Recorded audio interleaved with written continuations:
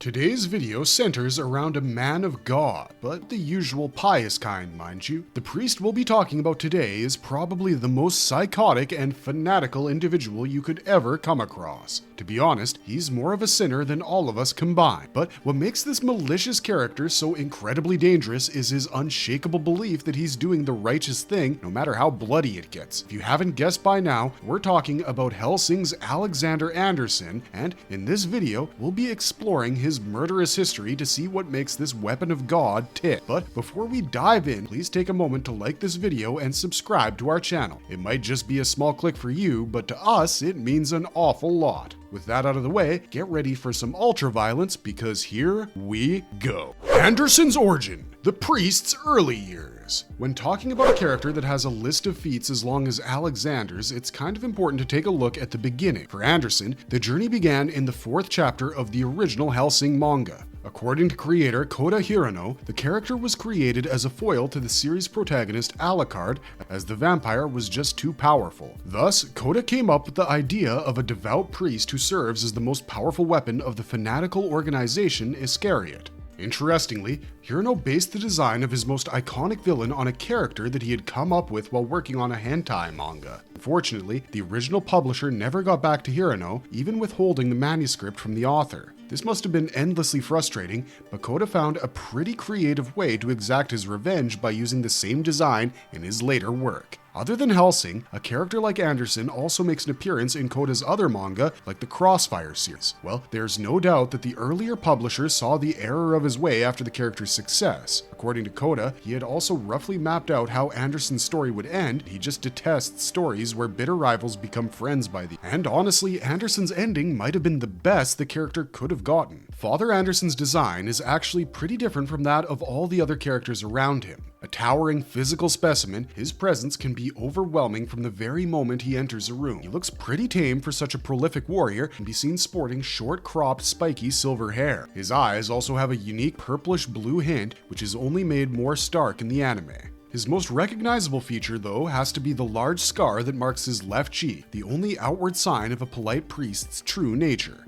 Anderson also sports circular glasses along with a standard clergyman's outfit that consists of a purplish cassock and a cleric collar. Though most of his clothes are pretty ordinary, he does wear special gloves on each of his hands with inscriptions scrawled across the white fabric. His right hand reads, "Jesus Christ is in heaven," while the left hand says, "Speak the dead." Anderson's violent persona is actually pretty difficult to read at first, as he likes to present himself as a calm and collected public servant instead of a bloodthirsty warrior. In both the manga and the OVAs, he's shown to have a soft spot for the children in his care, and he can sometimes even seem gallant and noble. Ardent Catholic, he's insanely obedient to the word of God, but the downside is that he becomes a completely different person whenever he's in the presence of someone he considers to be a heretic. Though he is pretty violent towards the ones he deems as sinners, Anderson does exhibit extreme sympathy towards the innocent. One can't deny that this villain has his own twisted moral compass, but that doesn't stop him from getting pretty extreme at times. This is actually the root of his hatred towards Alucard, a creature of darkness who is essentially the opposite of everything you'd consider godly. Thus, Alexander naturally considers the vampire to be his greatest enemy, a point that eliminating him is sort of the most important thing to it. Anderson's hatred is not limited to just vampires, though. He's brutal and ruthless in his methods, often losing complete control over himself in the heat of battle. We guess that does make Alucard and Anderson kindred spirits in a weird yet interesting sort of way. An unstoppable Iscariot enforcer, Anderson is the kind of guy who'd rather die than give up. Due to this, he's also gained a host of young followers among the ranks of the Iscariot, like Heinkel Wolf. Alexander Anderson's Bloody Journey, manga. Since the Mad Priest made his first appearance in the pages of Hirano's manga, I guess it's only right if we start there. Alexander's first appearance in the story hardly betrays his true nature.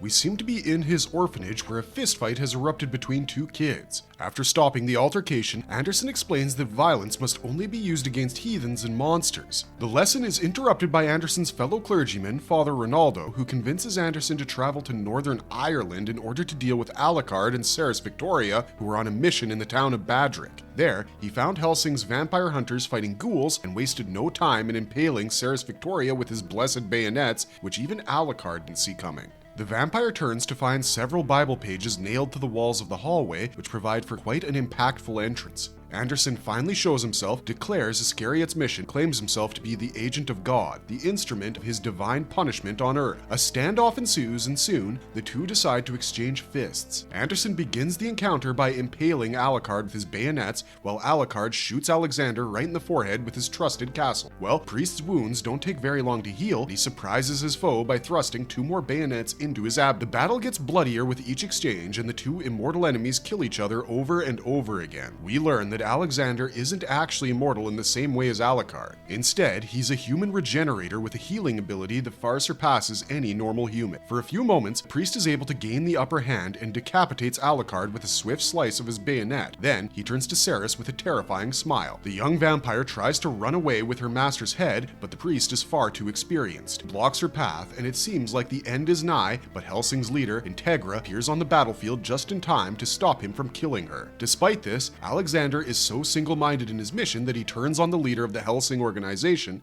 After all, Integra is a Protestant. The guards accompanying Integra are no match for Anderson and meet their end rather quickly. Fortunately, Alucard regenerates before the priest can lay his hands on Integra, and the vampire's menacing aura is enough to convince Anderson to forfeit the battle. But before he departs, he leaves the heroes with a menacing promise to butcher them all. The next time we see Anderson, he seems even more violent. This is during a secret meeting between the members of Iscariot and Hellsing. Iscariot's representative is the scheming clergyman Maxwell, and he isn't really a polite man. Angered by his insults towards Integra, Alucard lashes out against Maxwell only to have his attack blocked by Father Anderson. Things are just on the verge of getting out of hand, but they manage to avoid another bloodbath thanks to Ceres. The young vampire, who is posing as a tour guide, leads a group of Japanese tourists into the chamber at the best possible moment, and crisis is averted. Still, you eventually start enjoying the sheer hatred these two characters have for each other, and the whole thing begins to feel like a time bomb, just waiting for the perfect opportunity to blow. Anderson later serves as a spectator during Alucard's duel with the card-wielding vampire Tubal-Cain Alhambra, and is eventually sent to deliver a message to the vampire after his victory. Despite the simple nature of the task, Father Alexander can't keep himself from exchanging a few blows with his arch-nemesis, but the encounter is essentially harmful. The message instructs Alucard and Ceres to return to London immediately, owing to the threat posed by the Millennium organization. During this time, we also see Alexander's special disdain for Millennium, as he beats up several paramilitary officers just for being sympathetic towards the Nazi organization. Who said villains couldn't do some heroic things every once in a while? Well, as many fans of the Hellsing manga and OVAs will recall, this is where the entire world of Hellsing sinks into endless catastrophes. Millennium succeeds in its plan to create a legion of bloodthirsty Nazi vampire soldiers, and the army soon launches an assault on London. During this time, Alucard had been drawn away from the English capital due to some pretty impressive scheming on Millennium's part. The organization is being led by a secretive man known as the Major, who seems to be pulling all of the strings in this massive assault. As the vampires descend on the city, painting its streets red, Anderson decides to bring all of Iscariot to London and ends up saving Integra from a bunch of vampires. Though his underling, Heinkel Wolf, tries to apprehend the fearless leader of Hellsing, Anderson asks Iscariot to stand down, as this would not be permissible according to his methods. He then asks his soldiers to escort Integra safely to Hellsing Manor. The Battle of London quickly consumes the entire metropolis, and Alucard is still nowhere to be found. Maxwell, the clergyman from the museum, arrives in London with a massive army of his own, all ready to fight in the name of Christian God. We also learn that Iscariot's forces are created from the remnants of the armies used in the Holy Crusades, but the organization doesn't seek to save London. Instead, Maxwell plans to use his forces to annihilate the Protestant heretics in the city. With a single instruction, Integra Hellsing beckons her most loyal servant to massacre all her enemies. For this, Alucard brings out his most deadly weapon, the Familiars. These are basically the souls of all the human beings Alucard has consumed over the years, and since he has lived for many, many centuries, there are a lot of them. These Familiars descend upon the city like a tsunami, sweeping away both the Iscariot and the last battalion.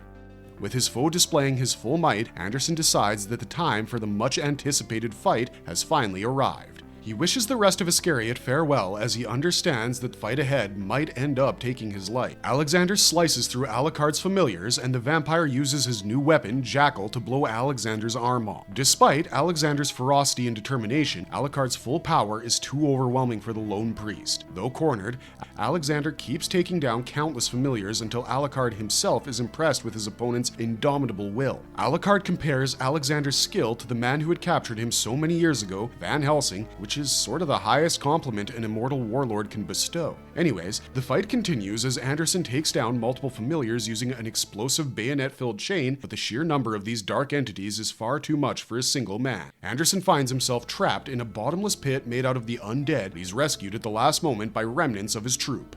Heinkel, Wolf, and other soldiers begin using suicide bombing tactics to clear a path for their leader, and Anderson is finally able to get to Alucard. Facing his inevitable end, Priest pulls out the secret weapon he had received from the Vatican, the revered Helena's nail. Alucard's demeanor changes the moment this cursed weapon is revealed, and the immortal vampire knows exactly what lies ahead. Anderson, however, does not heed his foe's warnings and ends up impaling himself with the nail. This causes him to turn into something that is neither human nor demon, just a pure manifestation of piety and destruction.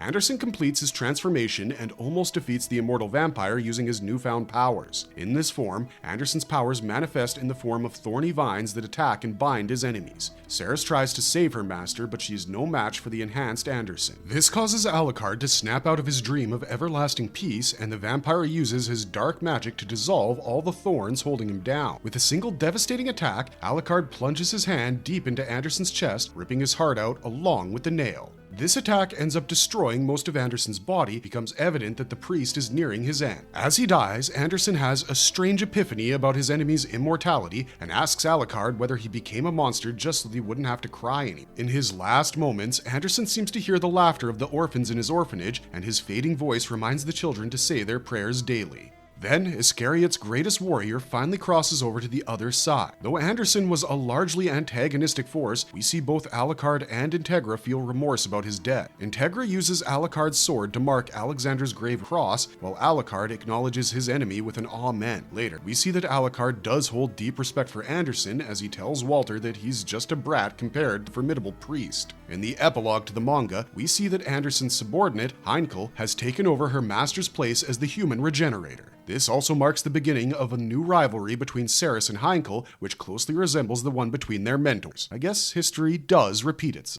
Anime! As most of you already know, the original Hellsing anime is actually quite different from the story depicted in the manga. This is largely due to the fact that both were running simultaneously, which means that there just weren't enough issues to adapt. Thus, the anime adaptation decided to go off on its own, which led to some pretty significant changes to Alexander's story. Alexander makes his first anime appearance in episode 3, dubbed Sword Dancer. We see the paladin deboard a train in London to be greeted by a mysterious woman. Eventually, he makes it to the location where Hellsing's greatest warriors, Alucard, Ceres, and Captain Gareth have gathered to deal with a newly turned vampire named Enrico. He manages to sneak into the chamber without being detected and easily disposes of Gareth with a well-placed bayonet.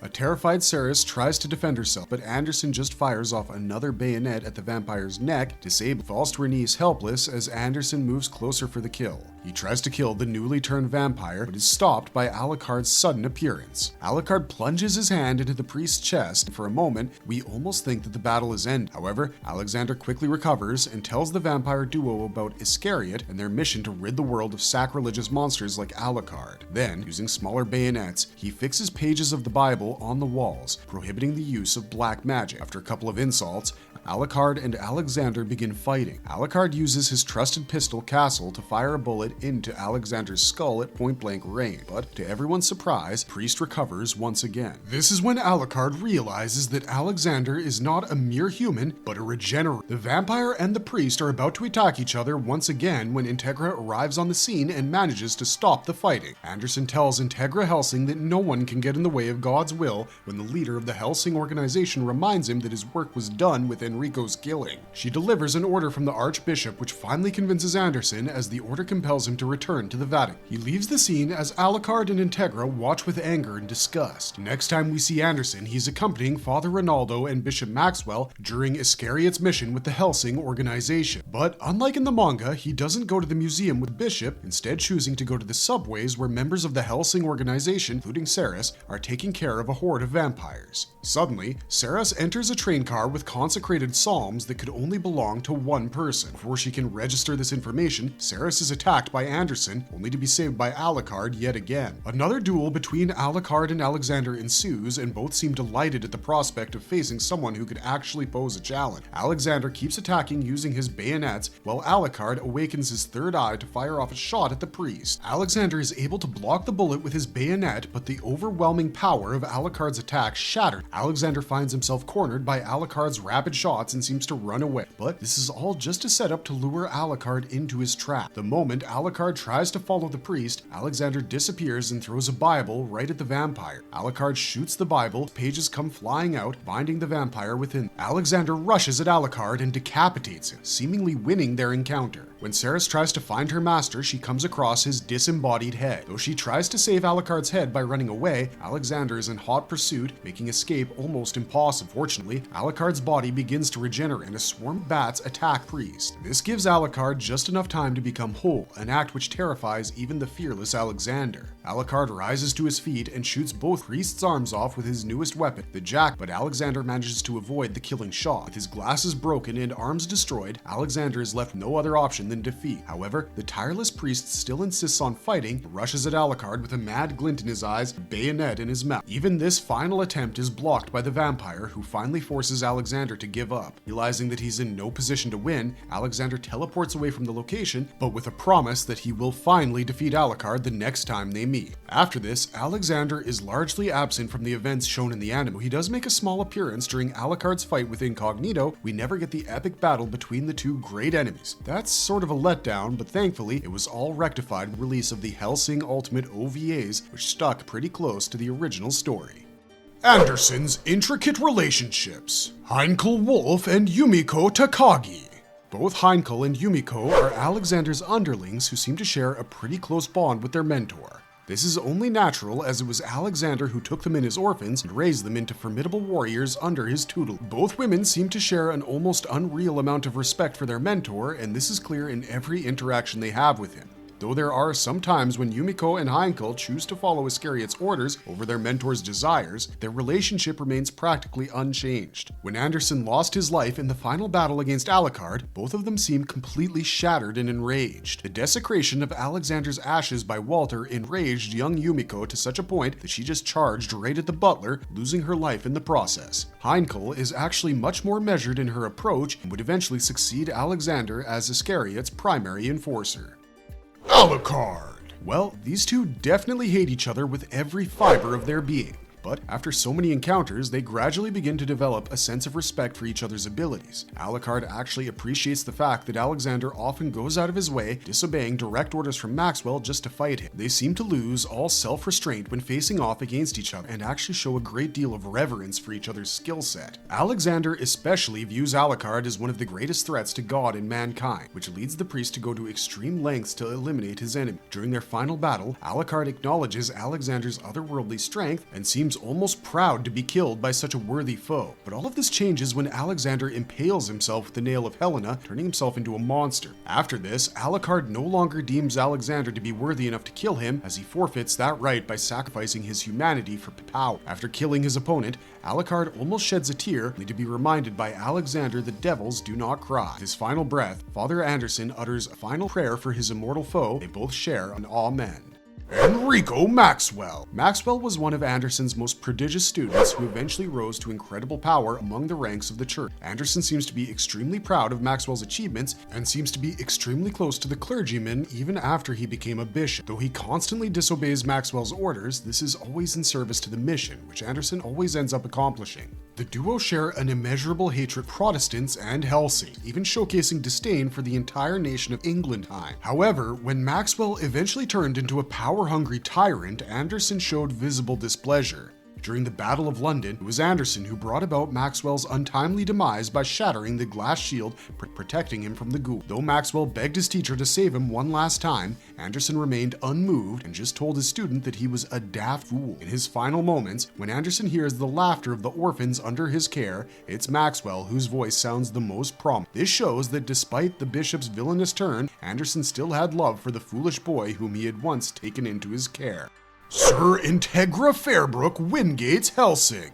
Anderson clearly despises Integra due to her being a Protestant and often tries to kill her, only to be stopped by Alucard. However, the priest never really resorts to any dishonorable means and even saves Integra during the Battle of London. It seems that despite all the hatred, Anderson still has respect for the heir to the Hellsing fortune and finds an attack on a single unarmed woman disgusting. In return, Integra also seems to respect Iscariot's greatest soldier and bows her head in reverence after he's defeated by Alucard. She even raised the bayonets in the vicinity in order to mark the site of Anderson's passing, proving that you can't help but respect the guy no matter which side you're on.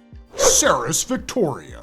Over the course of the series, Anderson has ended up attacking Cerys in multiple occasions. Though he initially viewed her as a weakling, the awakening of Cerys' power would evoke a newfound respect within the priest. He would later tell other Iscariot officers that Cerys Victoria is more powerful than all of them combined. That's high praise when you consider the kind of individual Anderson is, to be honest. Marvelous verdict! Though Father Anderson is depicted as an antagonistic force for most of the series, it's undeniable that the character has a strange charm. His strong moral compass guides him towards always being mindful of the innocents, which is something that villains like Maxwell simply lack. It's these shades of gray that make Alexander Anderson such a compelling character to watch, and even make you shed a tear when the man finally falls. I guess we understand why he's such a fan favorite after all. What did you think of Alexander Anderson? Is he a hero or a villain? Let us know your thoughts in the comment section down below. But I'm afraid that's all we got for this video. Before you leave, don't forget to hit the subscribe button to stay updated with all our marvelous content. This is Wheezy249 signing off. You can always find me on Twitch. Thanks for watching. Stay safe out there and have a marvelous day.